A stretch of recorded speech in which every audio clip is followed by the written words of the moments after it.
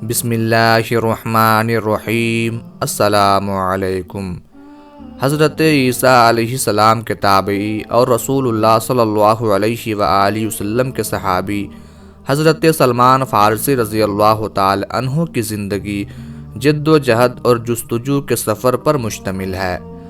حضرت سلمان فارسی رضی اللہ تعالی عنہ کی زندگی کا آغاز ایک مجوسی گھرانے سے ہوا جو آگ کی پوجا کرتے تھے۔ حضرت سلمان فارسی رضی اللہ تعالی عنہ کا تعلق اصفہان یعنی ایران سے تھا۔ آپ کے والد ایک سردار اور جاگیردار تھے۔ گھر میں عیش و فراوانی تھی، لیکن انہوں نے تلاش حق کے لیے مصائب برداشت کیے۔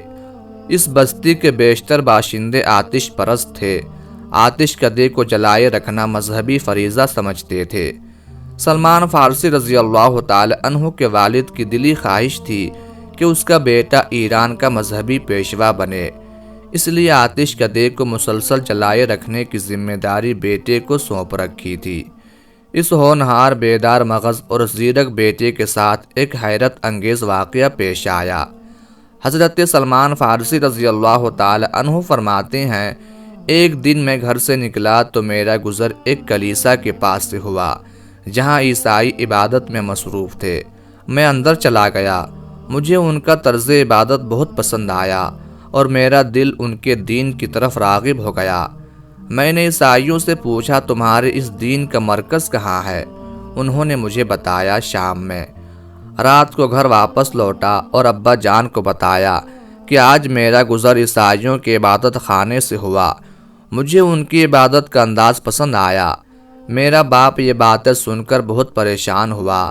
اسے اندیشہ ہوا کہ کہیں اپنے آبائی دین سے منحرف نہ ہو جاؤں۔ اس نے مجھے گھر میں قید کر دیا۔ ایک دن موقع پاتے ہی گرجے میں پیغام بھیجا کہ جب کوئی ملک شام کی طرف جانے والا قافلہ آپ کے پاس آئے تو مجھے اطلاع کر دینا۔ تھوڑے ہی دنوں کے بعد ایک قافلہ شام جانے کے لیے وہاں آ پہنچا۔ اہل کلیسا نے مجھے اطلاع کر دی۔ میں کسی طریقے سے گھر سے نکلا اور اس قافلے کے ساتھ ہو لیا۔ شام پہنچ کر میں بڑے پادری کی خدمت میں حاضر ہوا اور عرض کی کہ مجھے عیسائیت میں دلچسپی ہے۔ میری دلی تمنا ہے کہ آپ کے پاس رہوں، عیسائی مذہب کی تعلیم حاصل کروں اور آپ کی رہنمائی میں عبادت کروں۔ اس نے اجازت دے دی۔ میں نے جی بھر کے اس کی خدمت کی، مگر تھوڑے ہی عرصے میں مجھے معلوم ہو گیا اس مذہبی پیشوا کا کردار درست نہیں۔ لوگ اپنا مال و متاع لے کر اس کی خدمت میں حاضر ہوتے تاکہ صدقہ و خیرات کیا جائے، تو یہ سارا مال خود ہڑپ کر جاتا۔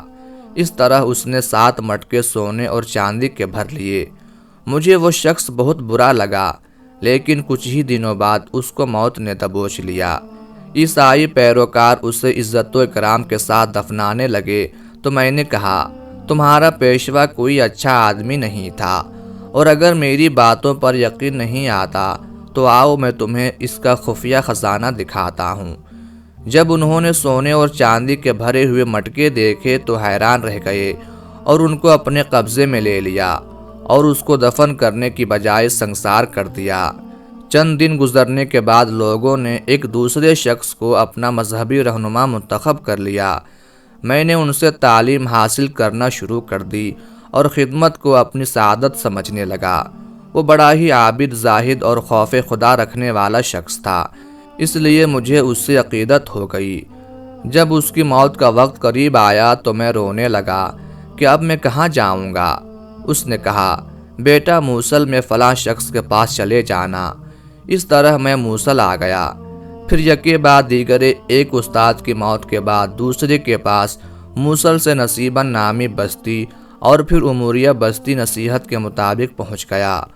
قدرت کا کرنا ایسا ہوا کہ اس استاد کو بھی زیادہ مہلت نہ مل سکی اور وہ بستر مرگ پہ پہنچا تو میں نے حسب سابق عرض کی، میں کہاں جاؤں؟ اس نے میری معصومانہ حالت دیکھ کر بڑے واضح انداز میں کہا، اے حق کے متلاشی بیٹے، اس دنیا میں مجھے کوئی ایسا شخص نظر نہیں آتا جس کی صحبت میں تمہیں امن و سلامتی نصیب ہو۔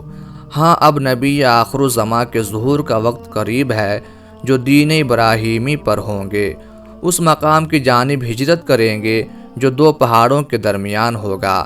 جہاں کھجور کے درخت کثرت سے پائے جائیں گے، ان کے دونوں کندھوں کے درمیان مہر نبوت ہوگی۔ وہ ہدیہ قبول کریں گے اور صدقہ نہیں کھائیں گے۔ راہب کے انتقال کے بعد آپ رضی اللہ تعالی عنہ نے اس وصیت کو پیش نظر رکھا اور ایک قافلے کے ہمراہ آگے بڑھ گئے۔ راستے میں قافلے والوں کی نیت بدل گئی اور انہوں نے آپ رضی اللہ تعالی عنہ کو ایک یہودی کے ہاتھ بیچ دیا۔ یوں حق کے اس متلاشی کو غلامی کی زنجیروں میں جکڑ دیا گیا۔ آپ تقریباً 10 بار بیچے گئے۔ بالآخر بکتے بکاتے مدینہ منورہ پہنچ گئے۔ آپ رضی اللہ تعالی عنہ ایک مرتبہ کھجور کے درخت پر چڑھ کر کھجور توڑ رہے تھے کہ خبر سنی کہ نبی آخر الزماں صلی اللہ علیہ وآلہ وسلم ہجرت فرما کر مدینہ کے قریب مقام قباء میں تشریف لا چکے ہیں۔ اسی وقت دل بے قرار ہو گیا، فوراً نیچے تشریف لائے اور خبر لانے والے سے دوبارہ یہ روح پرور خبر سننے کی خواہش ظاہر کی۔ یہودی آقا نے اپنے غلام کی تجسس اور بے قراری دیکھی تو غصے میں آ گیا اور ایک زوردار تھپڑ رسید کر کے کہنے لگا، تمہیں ان باتوں سے کیا مطلب؟ جاؤ دوبارہ کام پر لگ جاؤ۔ آپ رضی اللہ تعالی عنہ دل پر پتھر رکھ کر خاموش ہو گئے، لیکن متاع صبر و قرار تو لٹ چکا تھا، لہٰذا جو ہی موقع ملا چند تازہ کھجوریں ایک طباق میں رکھ کر بارگاہ رسالت میں حاضر ہوئے اور عرض کی، یہ صدقہ ہے، قبول فرما لیجئے۔ پیارے آقا صلی اللہ علیہ وآلہ وسلم نے صحابہ کرام علیہم رضوان سے فرمایا، تم کھا لو، اور خود تناول نہ کیا۔ آپ نے دل میں کہا، ایک نشانی تو پوری ہوئی۔ اگلی مرتبہ پھر کھجوروں کا خوان لے کر پہنچے اور عرض گزار ہوئے، یہ ہدیہ ہے، قبول فرما لیجئے۔ رحمت عالم صلی اللہ علیہ وآلہ وسلم نے صحابہ کرام علیہم رضوان کو کھانے کا اشارہ کیا اور خود بھی تناول فرمایا۔ دل میں کہا، دوسری نشانی بھی پوری ہوئی۔ تیسری مرتبہ رسول اقدس صلی اللہ علیہ وآلہ وسلم کی خدمت میں حاضر ہوئے۔ اس وقت آپ جنت البقیع میں اپنے ایک صحابی کی تدفین کے لیے وہاں تشریف فرما تھے۔ آپ صلی اللہ علیہ وآلہ وسلم نے 2 چادریں زیب تن کی ہوئی تھیں۔ سلمان فارسی رضی اللہ تعالی عنہ آپ صلی اللہ علیہ وآلہ وسلم کے شانے پر مہر نبوت دیکھنے کی کوشش میں تھے، جس کے بارے میں انہیں اموریہ کے پادری نے بتایا تھا۔ رسول اللہ صلی اللہ علیہ وآلہ وسلم نے بھانپ لیا اور اپنی چادر کندھوں سے نیچے سرکا دی۔ جب مہر نبوت دیکھی اور پہچان گئے تو اسے چومنے کے لیے قدم بڑھایا اور زار و قطار رونا شروع کر دیا۔ رسول اکرم صلی اللہ علیہ وآلہ وسلم نے شفقت بھرے انداز میں تھپکی دی اور پاس بٹھا کر پوچھا، کیا بات ہے؟ انہوں نے اپنی درد بھری داستان سنائی۔ آپ صلی اللہ علیہ وآلہ وسلم نے دلچسپی کا اظہار کرتے ہوئے فرمایا، ان ساتھیوں کو بھی یہ داستان سناؤ۔ ان سب نے مبارکباد دی اور کہا، خوش ہو جاؤ، تم نے اپنی منزل کو پا لیا ہے۔ آپ رضی اللہ تعالی عنہ غلامی کی زنجیروں میں جکڑے ہونے کی وجہ سے غزوہ بدر و احد میں حصہ نہ لے سکے۔ پھر 300 کھجور کے درخت اور 40 اوقیہ چاندی کے بدلے آزادی کا تاج سر پر سجایا اور ایک سرفروش مجاہد کی طرح بعد میں آنے والے تمام غزوات میں حصہ لیا۔ غزوہ خندق میں خندق کھودنے کا مشورہ بھی آپ رضی اللہ تعالی عنہ ہی کا تھا۔ آپ رضی اللہ تعالی عنہ کو سرور کونین صلی اللہ علیہ وآلہ وسلم سے والہانہ محبت تھی۔ اپنے وقت کا بیشتر حصہ دربار رسالت میں گزارتے۔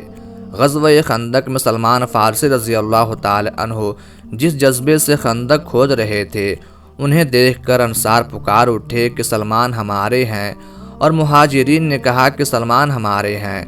یہ بات رسول اللہ صلی اللہ علیہ وآلہ وسلم تک پہنچی تو فرمایا، سلمان ہمارے اہل بیت سے ہیں۔ ایک اور مقام پر اس بشارت عظمیٰ سے سرفراز ہوئے کہ جنت سلمان فارسی کی مشتاق ہے۔ جب کوئی پوچھتا کہ آپ کے والد کون ہیں تو ارشاد فرماتے، میں دین اسلام کا بیٹا سلمان ہوں۔ سرور کائنات صلی اللہ علیہ وآلہ وسلم کے وصال ظاہری کے بعد آپ رضی اللہ تعالی عنہ نے ایک عرصہ تک مدینہ میں قیام فرمایا، پھر عہد فاروقی میں عراق میں سکونت اختیار کر لی۔ کچھ عرصے بعد حضرت عمر فاروق رضی اللہ تعالی عنہ نے آپ کو مدائن کا گورنر مقرر کر دیا۔ گورنر کے اہم اور بڑے عہدے پر فائز ہونے کے باوجود آپ رضی اللہ تعالی عنہ نے بڑی سادہ زندگی گزاری۔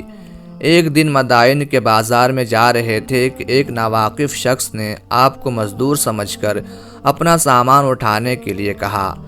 آپ رضی اللہ تعالی عنہ چپ چاپ سامان اٹھا کر اس کے پیچھے چلنے لگے۔ لوگوں نے دیکھا تو کہا، اے صاحب رسول، آپ نے یہ بوجھ کیوں اٹھا رکھا ہے؟ لائیے ہم اسے اٹھا لیتے ہیں۔ سامان کا مالک ہکا بکا رہ گیا۔ پھر نہایت شرمسار ہو کر آپ رضی اللہ تعالی عنہ سے معافی مانگی اور سامان اتروانا چاہا، لیکن آپ رضی اللہ تعالی عنہ نے فرمایا، میں نے تمہارا سامان اٹھانے کی نیت کی تھی، اب اسے تمہارے گھر تک پہنچا کر ہی دم لوں گا۔